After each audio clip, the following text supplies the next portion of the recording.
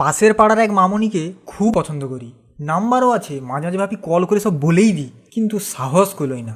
তারপর হঠাৎ একদিন দেখি সেই মামনি আমার বাড়ি এসে আমার রুম অবধি চলে এসছে।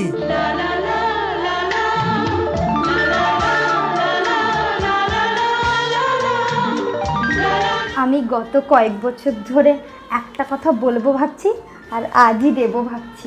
সত্যি? আমিও নেওয়ার জন্য রেডি। আরে আরে আরে, এসব কি অসভ্যতামি করছো? মানে? আমি গত কয়েক বছর ধরে তোমায় রাখি দেবো ভাবছি। আরে না বুনু, তোর মনে ময়লা আছে। আরে শোন, তুই কি ভাবছিলি আমি অন্য কিছু বের করবো? এই দেখ, আরে আমি স্যানিটাইজার বের করছিলাম। এই দেখ, আরে দেখ এখন স্যানিটাইজার যা আকাল পড়েছে না, গোপনীয় জায়গায় লুকিয়ে রাখতে হয়। যা আকাল পড়ছে, মার্কেটে স্যানিটাইজার পাওয়া যাচ্ছে না। এই কারণে রাখি বাঁধার আগে স্যানিটাইজার মাখতে হবে না। এই নে রাখি পরা।